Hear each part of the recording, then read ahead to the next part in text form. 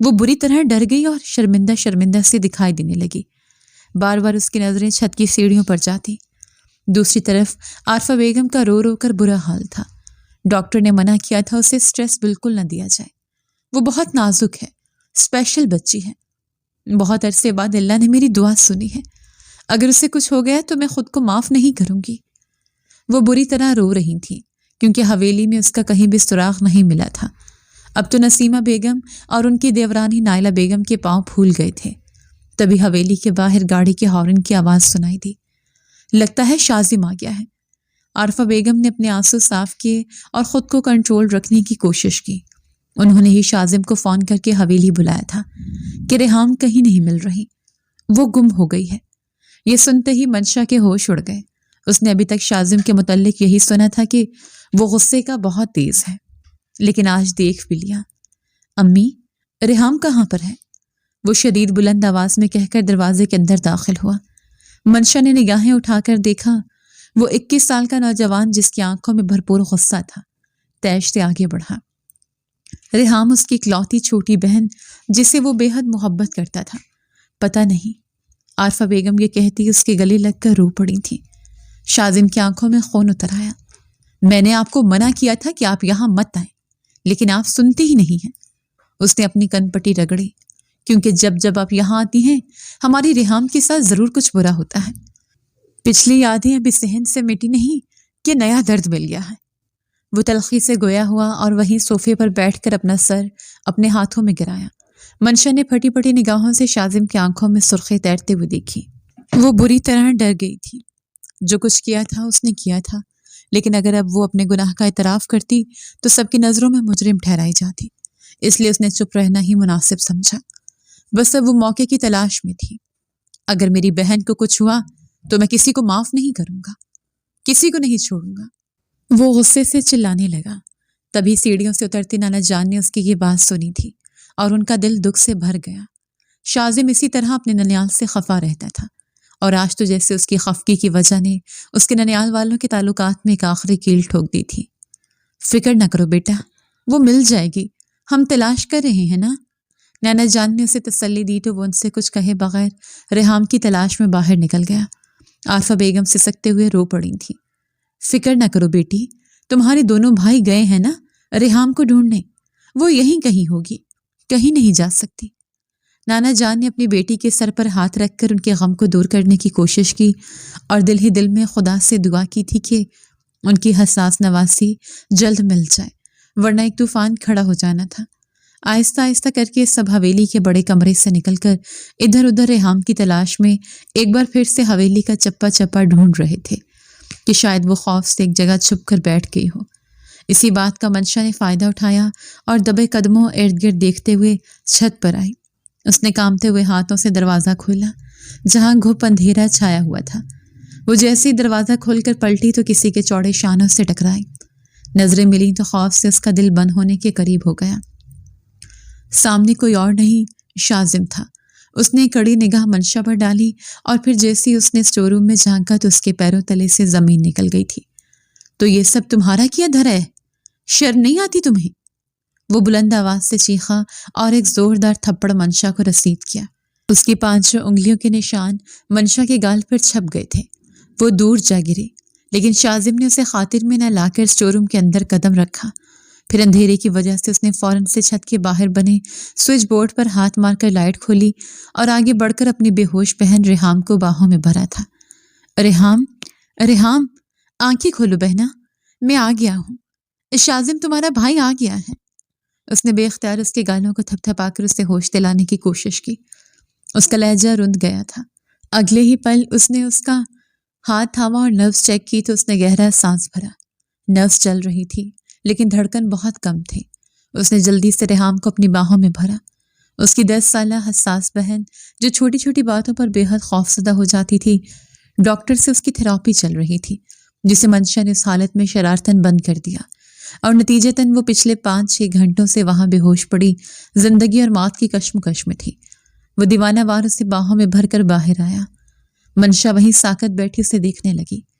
یاد رکھو، اگر میری بہن کو کچھ بھی ہوا نا، میں اپنے ہاتھوں سے تمہاری جان لے لوں گا۔ وہ زہر اگلتا ہوا تیزی سے دوڑ کر سیڑھیاں اتر گیا اور منشا اگلے ہی پل بجلی کی سی رفتار سے اٹھی، تیزی سے دوڑتے ہوئے اپنے کمرے میں بند ہو گئی۔ اس کی چیخیں کمرے کی دیواروں کو چیر رہی تھی، لیکن وہاں اب اس کی فریاد سننے والا کوئی نہ تھا۔ شاذم کے تھپڑ نے اسے یاد دلا دیا تھا کہ اس نے اپنی زندگی کی سب سے بڑی غلطی کر دی ہے، اور یہ غلطی اسے آگے جا کر بہت مہنگی پڑنے والی ہے۔ شاذم ریحام کو گاڑی میں ڈال کر گاؤں کے قریب ہسپتال لے آیا تھا۔ حویلی کے تمام لوگ فکر مندی سے وہاں پہنچ گئے تھے۔ ڈاکٹر صاحب، میری بیٹی کیسی ہے؟ عارفہ بیگم نے آگے بڑھ کر ڈاکٹر سے پوچھا۔ دیکھیں، ان کا سٹریس لیول بہت زیادہ ہے، آپ کو ان کی کیئر کرنی چاہیے۔ آپ جانتی ہیں کہ وہ اسپیشل چلڈرن ہیں، بظاہر تو اس میں کوئی معذوری نہیں ہے، لیکن ان کا دماغ ہر چیز کو بہت جلدی محسوس کر لیتا ہے۔ اگر ذرا بھی دیر ہو جاتی تو شاید ہم کچھ بھی کرنے کے قابل نہ رہتے۔ ڈاکٹر کی بات سن کر شاذم کے ماتھے پر بل پڑے اور اس نے غصیلی نگاہوں سے عارفہ بیگم کی طرف دیکھا۔ اس سے پہلے کہ وہ ان سے کچھ کہتا، اندر کمرے سے ریحام کے رونے کی آواز آئی۔ لگتا ہے پیشنٹ کو ہوش آ گیا ہے۔ ڈاکٹر اندر بڑھے تو عارفہ بیگم اور شاذم بھی ان کے ساتھ ہی اندر آئے۔ مما، مما، وہ روتے ہوئے اپنی ماں کے گلے لگ گئی تھی اور بلک بلک کر روتے ہوئے اس نے منشا کی ساری کہانی سنائی۔ وہ بہت بری ہیں، انہوں نے مجھے کمرے میں دھکا دے کر بھوت کی کہانی سنا کر بند کر دیا۔ میں نے انہیں بہت منع کیا، لیکن وہ مجھے دروازہ بند کر کے چلی گئیں۔ میں بہت روئی ہوں اماں۔ اس کی آنکھوں سے تواتر سے بہتے آنسو دیکھ کر شاذم نے اپنی مٹھیاں بھینچ لیں۔ اسی لیے میں آپ کو کہتا ہوں کہ وہاں نہ جایا کریں۔ ریحام کے ساتھ ہمیشہ وہاں کچھ نہ کچھ برا نہیں ہوتا۔ شاذم غصے سے یہ کہہ کر باہر نکل گیا۔ اس کا بس نہیں چل رہا تھا کہ وہ منشا کو موت کے گھاٹ اتار دے، جس نے اس کی چھوٹی بہن کا یہ حشر کیا۔ پانی پیو بیٹا، کچھ نہیں ہوا، تم ٹھیک ہو، تم بالکل ٹھیک ہو، میرے پاس تو میری جان۔ عارفہ بیگم نے ریحام کو گلے سے لگا کر خوب تسلی دی تو وہ چپ ہو گئی تھی۔ اب آپ انہیں گھر لے جا سکتی ہیں۔ ڈاکٹر نے تمام ضروری ادویات سمجھا کر اسے ڈسچارج کر دیا تھا۔ مما، مجھے حویلی نہیں جانا، وہ کپکپاتے ہوئے لہجے میں بولی۔ اس کی آنکھوں میں ابھی تک خوف تھا۔ منشا ابھی بھی مجھے دوبارہ بند کر دے گی، اور میں تو مر ہی جاؤں گی امی۔ مجھے حویلی نہیں جانا، مجھے نانا کے پاس نہیں جانا ہے۔ اس کی آنکھیں برسنے لگی۔ نہیں بیٹا، کوئی تمہیں وہاں کچھ نہیں کہے گا، میں ہوں نا، کسی کے مجال نہیں کہ کوئی تمہیں کچھ کہہ سکے۔ نانا جان نے محبت پاش نگاہوں سے اسے دیکھتے ہوئے اس کے سر پہ شفقت سے ہاتھ رکھا تو وہ خاموش ہو گئی، لیکن اس کی آنکھیں مسلسل ایک ہی بات کی گردان کر رہی تھیں کہ اسے حویلی نہیں جانا ہے۔ خوف اس کے اندر بھرپور انداز میں سرایت کر گیا تھا، اور یہ واقعہ اس کے لیے ایسا ڈراؤنا واقعہ تھا جس نے اس کی سانس تک بند کر دی۔ امی پلیز مجھے نہیں جانا۔ وہ گاڑی میں بیٹھے تو اس بار ریحام نے ان کے سامنے ہاتھ جوڑ دیے تھے۔ شاذم نے ایک نظر ماں پر ڈالی، شاید وہ بھی انہیں ہی نظروں میں لان تان کر رہا تھا۔ میری جان، میں نے کہا نا میں ہوں نا، کوئی تمہیں کچھ نہیں کہے گا۔ نانا جان نے تسلی دی تو شاذم بھی چپ ہو کر رہ گیا، اور عارفہ بیگم تو بے حد شرمندہ دکھائی دے رہی تھی۔ گاڑی حویلی کے سامنے تیز رفتاری سے آ کر رکی تو نانا جان سب سے پہلے باہر نکلے۔ نسیمہ بیگم کا بے غصے سے برا حال تھا۔ منشا، منشا، وہ غصے سے چیختے ہوئے آگے بڑھے۔ منشا جو اپنے بیڈ پر سہمی ہوئی بیٹھی تھی، اپنی امی کی اس قدر غصیلی آواز پر اچھلی پڑی۔ اس نے جلدی سے دروازے کو مضبوطی سے بند کر دیا۔ کہاں ہو تم؟ باہر آؤ۔ یہ کیا حرکت کی ہے؟ یہ سب تمہارا کیا دھرا ہے۔ اگر ریحام کو کچھ ہو جاتا تو؟ وہ وہیں چیختے ہوئے سیڑھیوں کی طرف بڑھے۔ توبہ توبہ بھابھی، اب تو منشا کو اپنی ان حرکتوں سے توبہ کر لینی چاہیے۔ اتنی بڑی ہو گئی ہے لیکن عقل نام کی کوئی چیز نہیں ہے۔ ریحام کو اس حالت میں پہنچا کر اسے کون سا سکون ملا ہے؟ نائلہ بیگم بھی پیچھے کہاں رہی تھیں۔ انہوں نے بھی نسیمہ بیگم کے ساتھ ساتھ منشا کو لتاڑا تھا۔ دروازہ کھولو۔ نسیمہ بیگم نے زور زور سے اس کا دروازہ کھٹکھٹایا۔ اس نے خوف کے مارے شیٹ کو اپنی مٹھیوں میں جکڑ لیا۔ اسے شدید خوف لاحق ہوا۔ میں کہہ رہی ہوں منشا، دروازہ کھولو، ورنہ میں دروازہ توڑ دوں گی۔ نسیمہ بیگم کا بس نہیں چل رہا تھا کہ وہ واقعی میں دروازہ توڑ دیں اور منشا کو زوردار تھپڑ رسید کریں۔ امی، میں نے کچھ نہیں کیا، یہ بس ایک مذاق تھا، اس نے روندی ہوئی آواز میں کہا تو نسیمہ بیگم کا پارا مزید ہائی ہو گیا۔ مذاق؟ اسے تم مذاق سمجھتی ہو؟ ریحام کو کچھ ہو جاتا تو جیل کی سلاخوں کے پیچھے ہوتی تم؟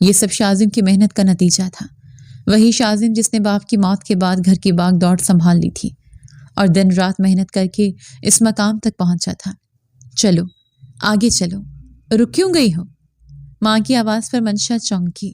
اس نے زبردستی خود کو سنبھالا اور آگے اندر داخل ہوتے ہی پرتپاک استقبال ہوا۔ ارے آؤ آؤ، کتنے دن بعد آئے ہو؟ عارفہ بیگم مسکرائی تھی۔ ہنسی، سلام، گلے ملنا، ہر طرف گہما گہمی تھی۔ منگنی کی تیاری عروج پر تھی۔ عورتوں کے رنگ برنگے جوڑے، زیورات کی چھنکار، بچوں کی بھاگ دوڑ، گھر زندہ لگ رہا تھا، جیسے رونقیں واپس لوٹ آئی ہوں۔ لیکن منشا کے اندر خاموشی تھی۔ وہ نظریں جھکائے صوفے کے کونے میں بیٹھ گئی۔ اچانک اس کی نظر سامنے سے آتی ہوئی لڑکی پر پڑی۔ وہ ریحام تھی۔ وہ اب 10 سال کی نہیں رہی تھی، 15 برس کی ہو چکی تھی، مگر آنکھوں میں وہی گہرائی تھی، چہرہ نکھرا ہوا، انداز میں اعتماد اور مسکراہٹ میں نرمی تھی۔ وہ سب سے خوش اخلاقی سے مل رہی تھی۔ خالہ، ماموں، کزنز، ہر ایک کے لیے ایک نرم مسکراہٹ چہرے پر سجائی تھی۔ منشا کی سانس رک گئی۔ ریحام قریب آئی، نظریں اٹھی، دونوں کی نظریں ملی اور پھر ایک لمحے کو ٹھہر گئیں۔ وہ منشا کو پہچان چکی تھی۔ ریحام نے نہ سلام کیا نہ مسکرائی، بس ایک نظر ڈالی، ایک ایسی نظر جس میں چیخ نہ تھی مگر یاد تھی، درد نہ تھا مگر انکار تھا۔ وہ خاموشی سے رخ موڑ کر آگے بڑھ گئی، جیسے منشا وہاں موجود ہی نہ ہو۔ وہ لمحہ منشا کے لیے کسی تھپڑ سے کم نہ تھا۔ اس کے کانوں میں 5 سال پرانی چیخیں گونجنے لگی، بند دروازہ، اندھیرا، اور وہ خوف جو کسی بچے کے لیے عمر بھر کا روگ بن جائے۔ تم ٹھیک ہو؟ نسیمہ بیگم نے آہستہ سے پوچھا۔ منشا نے سر ہلا دیا، مگر ہاتھ کانپ رہے تھے۔ اس نے نظریں چرا لیں۔ وہ جانتی تھی ریحام نے کبھی کچھ نہیں کہا، مگر وہ سب کچھ بھول بھی نہیں۔ منشا نے گہری سانس لی اور سامنے کی طرف نظر کی۔ سامنے شازم موجود تھا۔ جیسے ہی شازم نے اسے دیکھا تو اس کا وجود ساکت ہو گیا۔ وہ لمحہ، بس ایک لمحہ، اور وہ 5 سال پیچھے چلا گیا۔ وہی آنکھیں، وہی سختی۔ منشا سانس روکے اسے دیکھی گئی۔ تھپڑ کی تپش آج بھی اس کے گال پر زندہ تھی۔ اس نے بے اختیار چہرہ دوسری طرف موڑ لیا۔ دل چاہا زمین میں گڑ جائے۔ وہ شازم سے نہیں ملے گی، کسی صورت نہیں۔ اس نے خود سے وعدہ کیا۔ وہ پیچھے ہٹ گئی، ہجوم کے پیچھے چھپنے لگی، جیسے اس کی موجودگی ہی جرم ہو۔ شازم کی نظر مگر اس پر ٹھہر گئی۔ وہ بدل گئی تھی، بے انتہا خوبصورت تھی، نقش نکھر چکے تھے، قد میں وقار آ گیا تھا، آنکھوں میں ایک عجیب سی گہرائی تھی۔ وہ چند لمحے اسے دیکھتا رہا، جیسے کسی یاد کے ملبے میں کچھ ڈھونڈ رہا ہو۔ پھر اس نے نظریں پھیر لی۔ اسے سب یاد تھا، وہ بند کمرہ، وہ بے ہوش بڑی بہن، وہ راتیں جب ریحام چیخ کر جاگتی تھی، پسینے میں بھیگ جاتی، آنکھوں میں وحشت لیے وہ سوتی نہ تھی۔ شازم نے منشا کو مکمل نظر انداز کر دیا۔ وہ آگے بڑھا، سب سے کھلے دل سے ملا۔ ماموں، خالائیں، کزنز، ہر ایک کے لیے مسکراہٹ، احترام اور گرم جوشی دکھائے، اور اسے یوں نظر انداز کیا جیسے منشا وہاں موجود ہی نہ ہو۔ منگنی کا فنکشن شروع ہو گیا۔ اسٹیج پر روشنیوں کی چکا چوند تھی۔ شازم کے چچا کی بیٹی المیرا آسمانی جوڑے میں شرماتی مسکراتی اس کے سامنے بیٹھی تھی۔ شازم نے آگے بڑھ کر انگوٹھی پہنائے۔ اس نے بھی لرزتے ہاتھوں سے شازم کو رنگ پہنایا۔ سب خوش تھے، کہہ کے دعائیں، تصویریں، مگر شازم کے اندر ایک اور ہی منظر چل رہا تھا۔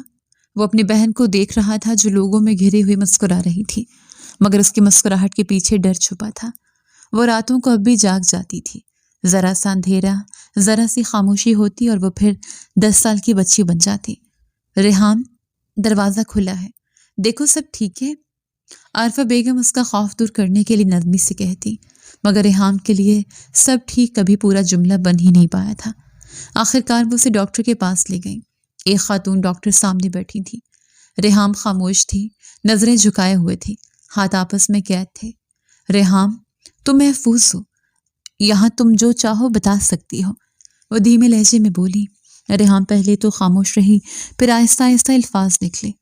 مجھے اندھیرے سے ڈر لگتا ہے، دروازہ بند ہو تو سانس نہیں آتی، اور کبھی کبھی لگتا ہے میں پھر وہی ہوں۔ ڈاکٹر نے سر ہلایا جیسے وہ سمجھ رہی ہوں، پھر عارفہ بیگم کی طرف دیکھ کر بولی، یہ ایک ٹراما ہے، ایک شدید خوف نے اس کے دماغ میں مستقل نشان چھوڑ دیا ہے۔ ان کا دل بیٹھ گیا۔ کیا یہ ٹھیک ہو جائے گی؟ ڈاکٹر نے گہری سانس لی۔ یہ زخم جسم کا نہیں ذہن کا ہے، وقت لگے گا، علاج ممکن ہے مگر صبر چاہیے۔ سب سے اہم بات، اسے کبھی یہ محسوس نہ ہونے دیں کہ وہ کمزور ہے یا ڈرامہ کر رہی ہے۔ انہوں نے ریحام کی طرف دیکھا۔ تم بہادر ہو، جو تمہارے ساتھ ہوا وہ کسی بھی بچے کو توڑ سکتا تھا، تم زندہ ہو، یہی سب سے بڑی بات ہے، یہ معجزہ ہے۔ سب کچھ بھولنے کی کوشش کرو۔ ریحام کی آنکھوں میں آنسو بھر آئے، شاید پہلی بار کسی نے اس کے خوف کو مانا تھا۔ اور ایک بات یاد رکھیں، اگر وہ وجہ یا شخص دوبارہ اس کے سامنے آئے تو یہ ٹراما دوبارہ جاگ سکتا ہے۔ اس وقت اسے تحفظ، سپورٹ اور سچائی کی ضرورت ہوگی۔ عارفہ بیگم نے نظریں چرا لیں۔ وہ جانتی تھی اب وہ کبھی حویلی واپس نہیں جا سکیں گی۔ شاذم جیسے گہری نیند سے جاگا۔ اس کی ماں نے 5 سال تک اسے روکے رکھا تھا۔ بیٹا، بات کو مت بڑھاؤ، جو ہو گیا سو ہو گیا، زندگی آگے بڑھاؤ، بدلے میں کچھ نہیں رکھا۔ وہ خاموش رہا تھا، ماں کی خاطر، بہن کی خاطر، لیکن آج بھی وہ وجہ اس کے سامنے تھی، منشا۔ وہ ایک بار پھر ہجوم میں اس پر نظر ڈالنے لگا۔ منشا ایک کونے میں بیٹھی تھی، نظریں جھکائے، ہاتھوں کی انگلیاں ایک دوسرے میں الجھائے۔ وہ ہنس نہیں رہی تھی، وہ خوش نہیں تھی، وہ بس ایک بوجھ کی طرح موجود تھی۔ شاذم کے دل میں کچھ جاگا۔ یہ غصہ نہیں تھا، ایک گہری خطرناک آگ تھی۔ کچھ زخم وقت سے نہیں بھرتے، اس نے خود سے کہا، اور کچھ جرم سزا مانگتے ہیں۔ وہ جانتا تھا وہ ہاتھ نہیں اٹھائے گا، وہ چیخے گا نہیں، وہ تماشا نہیں بنائے گا، لیکن وہ بدلہ لے گا۔ ایسا بدلہ جو منشا کو ہر روز یاد دلائے گا کہ کچھ شرارتیں صرف کھیل نہیں ہوتی، موت کا کنواں ہوتی ہیں، اور ان شرارتوں کی بدولت معصومیت مر جاتی ہے، زندگی پھر ویسی نہیں ہوتی۔ اسٹیج پر فنکشن چل رہا تھا، لیکن شاذم ان سوچوں سے پرے بالکل چپ تھا۔ ایک خاموش انتقام پوری طرح جاگ چکا تھا۔ شاذم کی منگنی کو 2 دن گزر چکے تھے۔ تمام لوگ کھانے کی میز کے گرد موجود تھے اور خوب گہما گہمی تھی، البتہ شاذم بالکل خاموش تھا۔ اس کی نگاہیں منشا پر ٹکی ہوئی تھیں۔ منشا کو اس کی نظروں کا ارتکاز محسوس ہوا تو اس نے اپنی پلکیں جھپکائیں۔ کیا خیال ہے، کہیں گھومنے نہ نکلا جائے؟ ویسے بھی آپ لوگ اتنے عرصے بعد آئے ہیں۔ کیوں، امی ٹھیک کہہ رہا ہوں نا میں؟ شاذم نے اپنی والدہ سے تائید چاہی۔ منشا نے نگاہیں اٹھا کر اسے دیکھا۔ بالآخر شاذم نے اپنی خاموشی توڑ دی۔ ارے نہیں بیٹا، سفر کی تھکن ہے، ہم بوڑھی ہڈیوں میں اتنا خم کہاں، اب کل دوبارہ سفر ہے، تھک جائیں گے، اس لیے گھر میں ہی ٹھیک ہے۔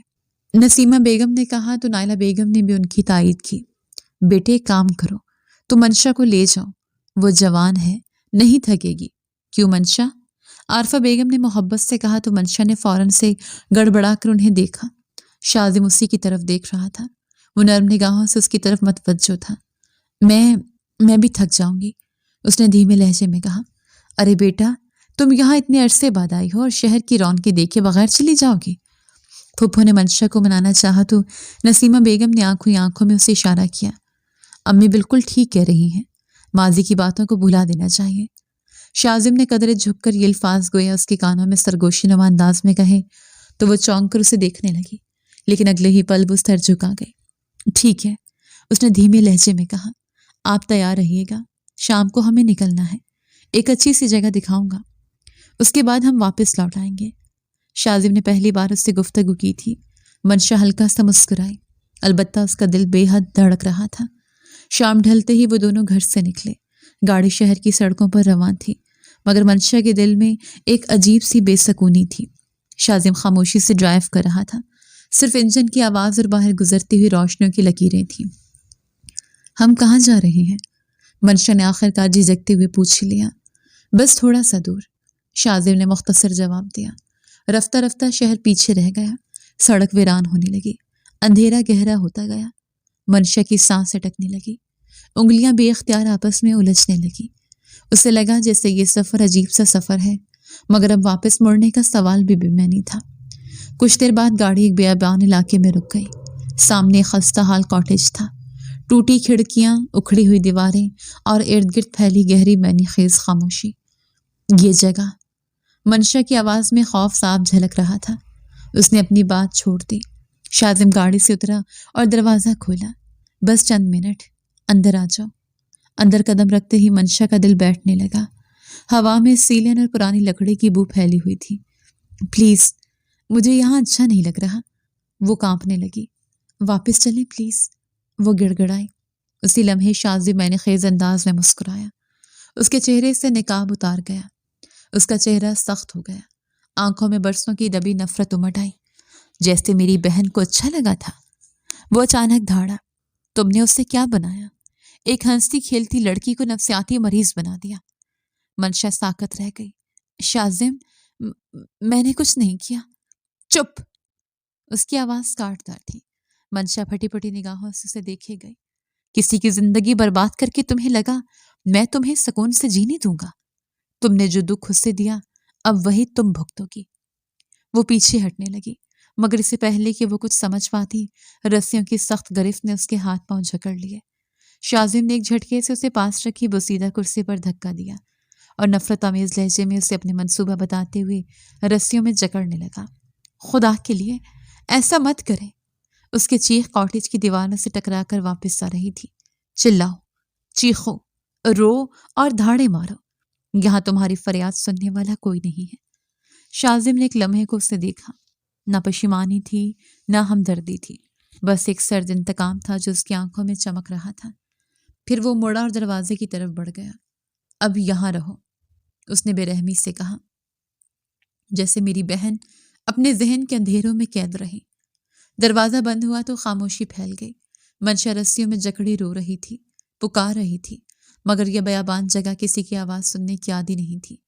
واحد شاذم گاڑی میں بیٹھا، انجن سٹارٹ ہوا۔ وہ پیچھے مڑ کر نہیں دیکھنا چاہتا تھا۔ اس نے گاڑی کی سپیڈ بڑھائی، گاڑی تیزی سے اندھیرے میں گم ہو گئی۔ پیچھے وہ خستہ حال کاٹیج رہ گیا تھا۔ ایک بندی ہوئی لڑکی تھی اور انتقام کی وہ آگ تھی جو شاذم منشا کے مقدر میں لکھایا تھا۔ رات گہری ہو چکی تھی۔ کاٹیج کے اندر منشا رسیوں میں جکڑی ہوئی تھکی ہوئی آنکھوں سے دروازے کی سمت دیکھ رہی تھی۔ اب تو رو رو کر اس کی سکت ہی ختم ہو گئی۔ اب صرف سسکیاں تھیں جو بے اختیار اس کے سینے سے بلند ہو رہی تھیں۔ تبھی اچانک باہر قدموں کی آہٹ سنائی دی۔ منشا کی آنکھیں پھیل گئیں اور اس نے چونک کر دروازے کی طرف دیکھا۔ کاٹیج کا ٹوٹا ہوا دروازہ چرچراتے ہوئے کھلا اور دو اجنبی سائے اندر داخل ہوئے۔ ان کی چال میں واضح طور پر لڑکھڑاہٹ تھی۔ یہ دو شرابی تھے اور یہ کاٹیج ان کا پرانا ٹھکانہ تھا۔ تبھی ان دونوں کی نظریں منشا پر پڑیں۔ پہلے تو وہ دونوں چونک گئے، پھر ایک دوسرے کی طرف دیکھ کر زور سے کہکا لگایا، ارے یہ تو قسمت کا انعام لگتا ہے، آج قدرت نے ہماری خوراک کا انتظام بھی کر لیا ہے۔ منشا نے یہ سنا تو اس کے دل کی دھڑکن بند ہوتی محسوس ہوئی۔ اس نے بے اختیار خود کو سمیٹنے کی کوشش کی، لیکن ہاتھ رسیوں میں جکڑے ہوئے تھے۔ پلیز مجھے مت چھونا، میری طرف مت آؤ، میں مجبور ہوں۔ اس کی آواز لرزنے لگی، مگر وہ شرابی کہاں ہوش میں تھے۔ وہ تو اسے مال غنیمت سمجھ کر ٹوٹ پڑے۔ وہ دونوں اس کے قریب آئے، ان کے ارادے خطرناک تھے۔ انہوں نے آگے بڑھ کر سب سے پہلے اس کا دوپٹہ گلے سے آزاد کیا تو منشا کی چیخ بلند ہوئی تھی۔ وہ بے اختیار بلند آواز سے رو پڑی، خدا کا واسطہ ہے مجھ پر رحم کرو۔ لیکن وہ دونوں اپنے ہوش میں کہاں تھے جو اس کی بات سنتے؟ انہیں تو منشا ایک گوشت پوست کا ٹکڑا دکھائی دے رہی تھی جسے وہ نوچنے کے لیے آگے بڑھنے لگے۔ اگلے ہی پل ایک نے منشا کا گریبان پکڑا اور چاک کرنے لگا۔ منشا نے اپنے رسیوں میں جکڑے ہاتھوں کو بھرپور طور پر نکالنے کے لیے طاقت لگائی تھی۔ دوسرے نے اس کے ہاتھوں کو پکڑ کر نوچنا شروع کر دیا تھا۔ منشا کی زوردار چیخ بلند ہوئی تھی۔ اس کی شرٹ پھٹ گئی تھی، آنکھوں سے آنسو رواں تھے اور وہ خود کو بچانے کی کوشش میں ناکام ہوتی نظر آ رہی تھی۔ اسی لمحے دوسری طرف سڑک پر شاذم کی گاڑی اچانک سے سست پڑ گئی۔ اس کا دل بے اختیار زور سے دھڑکا اور سینے میں ایک عجیب سا درد محسوس ہوا۔ اس نے اپنی مٹھیاں بھینچ لیں۔ اسٹیئرنگ وہیل پر اس کی گرفت ہلکی پڑ گئی۔ کہاں جا رہے ہو؟ دل نے کہا۔ اس لڑکی کو اس حالت میں دیکھ کر تمہیں خوشی ملے گی؟ وہاں اگر کسی نے اس کے ساتھ کچھ غلط کر دیا تو؟ دل چلایا تھا اور خاموش ہونے کا نام ہی نہیں لے رہا تھا۔ منشا کا چہرہ اس کی آنکھوں کے سامنے گھوم گیا جو آنسوں سے تر تھا، اور وہ روتے ہوئے ہاتھ جوڑ کر اس سے اپنے گناہ کی معافی مانگ رہی تھی۔ شاذم نے اچانک سے بریک لگایا اور پھر گاڑی کا رخ دوبارہ سے کاٹیج کی طرف موڑ دیا۔ نہیں، میں یہ نہیں کر سکتا، میں یہ کبھی بھی نہیں کر سکتا۔ اس کی گاڑی نے یو ٹرن لیا۔ منشا کے آنسوں نے بالآخر اسے پگھلا دیا۔ جب گاڑی کاٹیج کے قریب رکی تو منشا کے چیخنے کی آواز اس کے کانوں سے ٹکرائی۔ وہ حواس باختہ سا گاڑی سے اترا اور تیزی سے دوڑتے ہوئے دروازہ دھکیل کر اندر داخل ہوا۔ سامنے کے منظر نے اس کے پیروں تلے سے زمین نکال دی تھی۔ منشا کے کپڑے پھٹے ہوئے تھے اور دو آدمی اس پر جھکے اس سے بھرپور طریقے سے زیادتی کی کوشش کرنے کی کوشش کر رہے تھے۔ شاذم نے ایک لمحہ بھی ضائع نہ کیا۔ خبردار! وہ چلایا تو وہ دونوں شرابی جیسے ہوش میں آئے۔ انہوں نے منشا کو چھوڑا، لیکن تب تک وہ شاذم کے غصے اور عتاب کا شکار ہو گئے تھے۔ شاذم نے آگے بڑھ کر ایک کو گھونسا لگایا اور دوسرے کو زمین پر پٹخ دیا تھا۔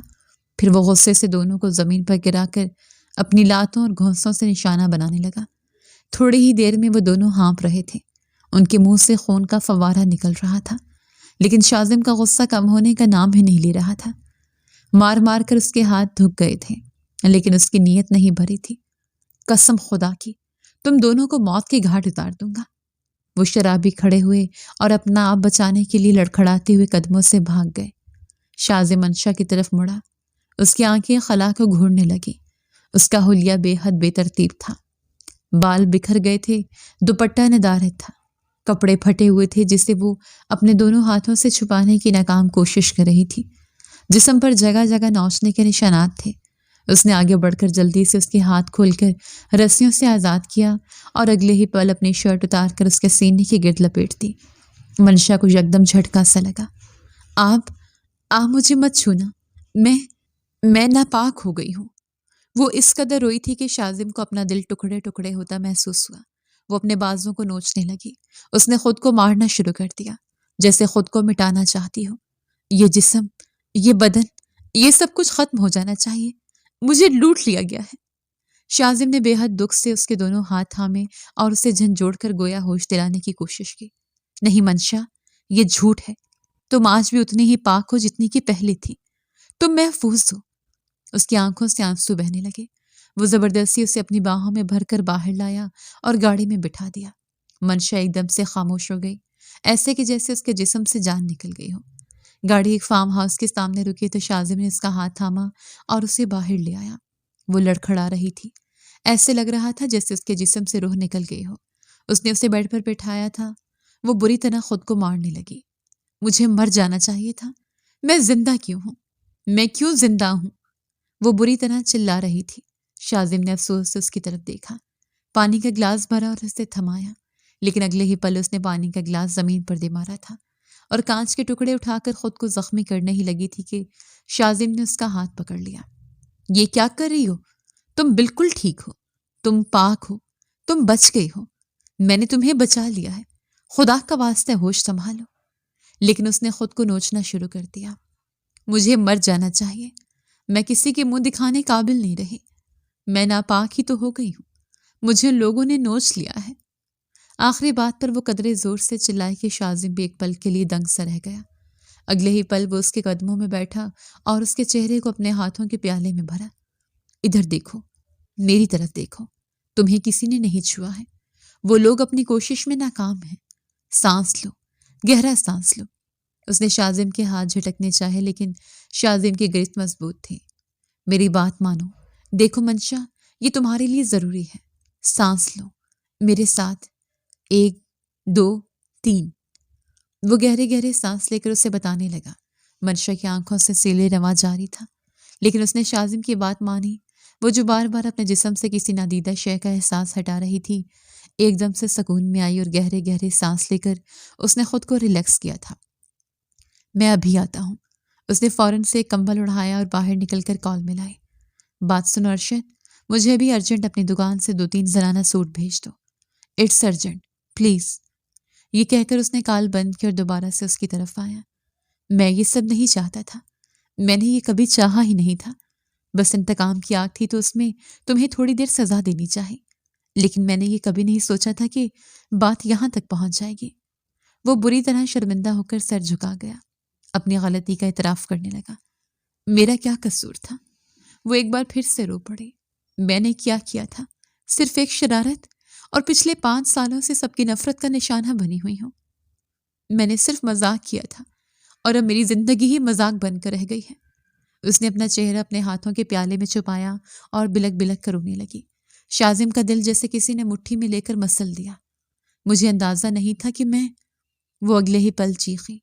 آپ کو اندازہ نہیں تھا، لیکن میری عزت لوٹ لی گئی۔ بلکہ ایک کام کریں، جو کام ان 2 شرابیوں نے ادھورا چھوڑا ہے، آپ اسے پورا کر لیں۔ تاکہ آپ کا انتقام پورا ہو جائے، آپ کے جسم میں لگے انتقام کی آگ کو ٹھنڈ مل جائے اور میں تباہ و برباد ہو جاؤں، تاکہ آپ کو اور آپ کی ریحام کو سکون ملے، ہے نا؟ منشا مر جائے، برباد ہو جائے۔ وہ ایک بار پھر سے خود کو نوچنے لگی۔ اس نے اپنے بالوں کو مٹھیوں میں جکڑ کر زور زور سے جھٹکا دینا شروع کر دیا۔ جینے کی امنگ ہی جیسے اس کے وجود سے نکل رہی تھی۔ مجھے معاف کر دو۔ شاذم نے اپنے دونوں ہاتھ جوڑے۔ اگلے ہی پل ملازمہ نے دروازہ کھٹکھٹایا۔ اس کے دوست نے سوٹ بھیج دیے تھے۔ اس نے فوراً سے ملازمہ سے سوٹ لیا اور منشا کی طرف آیا۔ یہ شرٹ تمہیں کافی چھوٹا ہو رہا ہے، تم یہ بدل لو۔ اس نے بے اختیار اس کے سراپے سے نظریں چرائی۔ منشا نے کپکپاتے ہوئے ہاتھ سے سوٹ لیا۔ وہ اٹھی تو اس کے پیر لڑکھڑائے اور وہ گرتے گرتے بچی۔ شاذم نے اسے اپنے گرفت میں جکڑ لیا اور اس کا بازو تھام کر آہستہ آہستہ اسے واش روم کے دروازے تک لایا۔ میں یہیں کھڑا ہوں اور ریلیکس رہو، کوئی تمہیں کچھ نہیں کہے گا، سب ٹھیک ہے، تم بھی ٹھیک ہو، ہمت کرو۔ اس نے بے اختیار اس کی حوصلہ افزائی کی تو وہ کپکپاتے ہوئے وجود کے ساتھ اندر بند ہو گئی۔ شاذم کو ایک گہرے دکھ نے آ گھیرا۔ تھوڑی دیر بعد وہ باہر نکلی تو کافی حد تک کمپوزڈ تھی۔ اس نے چہرہ بھی دھو لیا تھا، بال بھی سمیٹ لیے تھے اور سر پر چادر اوڑھی تھی۔ نگاہ البتہ جھکی ہوئی تھی اور آنسو ان میں ٹھہرے ہوئے تھے۔ وہ گاڑی میں جا کر بیٹھ گئی۔ شاذم نے گاڑی اپنے بنگلے کی رخ موڑ لی تھی۔ تھوڑی دیر بعد گاڑی بنگلے کے دروازے کے پاس رکی تو منشا روتے ہوئے گھر کے اندر دوڑ کر داخل ہوئی اور کمرے میں بند ہو گئی۔ تمام لوگ شاید سو رہے تھے۔ صبح نسیمہ بیگم کی پریشانی سے بھرپور آواز نے ناشتے کی میز پر سب کو حیران کر دیا۔ منشا کو پتہ نہیں کیا ہو گیا ہے، بہت تیز بخار ہے۔ یہ سن کر شاذم کا دل جیسے کسی نے مٹھی میں لے کر مسل دیا۔ میں ڈاکٹر کو لے آتا ہوں۔ وہ مجرم بنا ڈاکٹر کو کال ملانے لگا۔ تھوڑی دیر بعد ڈاکٹر حاضر ہوا۔ وہ اسے لے کر منشا کے کمرے میں آیا جو نیند میں بڑبڑا رہی تھی۔ نسیمہ بیگم اس کی حالت دیکھ کر رونے لگی۔ پتہ نہیں کیا ہو گیا ہے، ڈاکٹر نے انہیں تسلی دی۔ میں نے پورا چیک اپ کر لیا ہے، لگتا ہے ذہنی دباؤ ہے۔ شاذم جیسے زمین میں گرتا چلا گیا۔ اس کا دل کئی ٹکڑوں میں بٹ گیا۔ یہ میں ہوں جو قصوروار ہوں، میں نے اسے اس حالت میں پہنچایا ہے۔ وہ بخار میں بری طرح تپ رہی تھی، دوائیوں سے بھی فرق نہیں پڑ رہا تھا۔ شاذم نے اپنا سراپا آئینے میں دیکھا، وہاں واضح طور پر میں مجرم ہوں لکھا نظر آ رہا تھا۔ مجھے بدلے کی آگ میں اس قدر اندھا نہیں ہونا چاہیے۔ وہ کمرے میں یہاں سے وہاں ٹہلتے ہوئے ایک فیصلہ لے چکا تھا۔ اب اس کے قدم اپنی والدہ کے کمرے کی طرف تھے۔ امی، میں حسنہ سے منگنی توڑنا چاہتا ہوں۔ یہ سنتے ہی وہ حیران ہوئی۔ تمہارا دماغ خراب ہو گیا ہے؟ منگنی ہوئے صرف 2 دن ہوئے ہیں اور تم اسے توڑ رہے ہو؟ شاذم نے خالی خالی نگاہوں سے انہیں دیکھا۔ میں نے حسنہ کو سب کچھ بتا دیا ہے، وہ راضی ہے، میں راضی ہوں، تو آپ سب کو بھی راضی ہو جانا چاہیے۔ یہ کہہ کر وہ کمرے سے باہر نکل گیا اور سیدھا نانا جان کو کال ملائی تھی۔ نانا جان، میں آپ سے منشا کا ہاتھ مانگتا ہوں، آپ کو اس رشتے پر کوئی اعتراض تو نہیں؟ یہ سننا تھا کہ نانا جان حیرت کا شکار ہو گئے۔ تم سچ کہہ رہے ہو؟ نانا جان کو گویا یقین ہی نہ آیا۔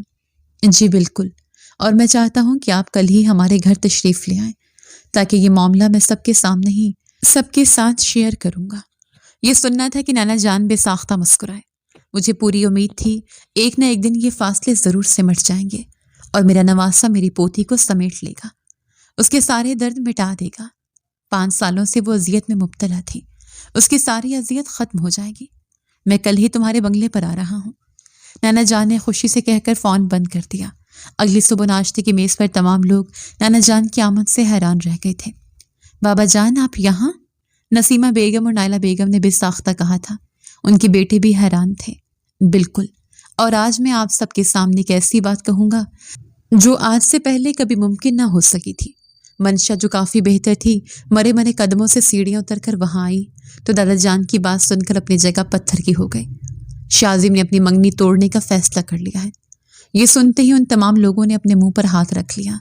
کیوں بیٹا؟ سب سے پہلا سوال نائلہ بیگم کی طرف سے تھا۔ ابھی میری بات ختم نہیں ہوئی۔ نانا جان نے نائلہ بیگم کو ٹوکا تو وہ سیدھی ہو بیٹھی، کیونکہ شاذم منشا سے شادی کرنا چاہتا ہے۔ منشا کو لگا کہ اب وہ کبھی اگلا سانس نہیں لے پائے گی، پر میں شاذم سے شادی نہیں کرنا چاہتی۔ منشا نے فوراً سے کھڑے کھڑے اس رشتے سے انکار کر دیا۔ شاذم کا دل بری طرح زخمی ہوا۔ منشا پلیز۔ منشا نے اسے وہیں روک دیا۔ یہ میرا آخری فیصلہ ہے۔ یہ کہہ کر وہ منہ پر ہاتھ رکھ کر روتے ہوئے اپنے کمرے کی طرف بڑھ گئی۔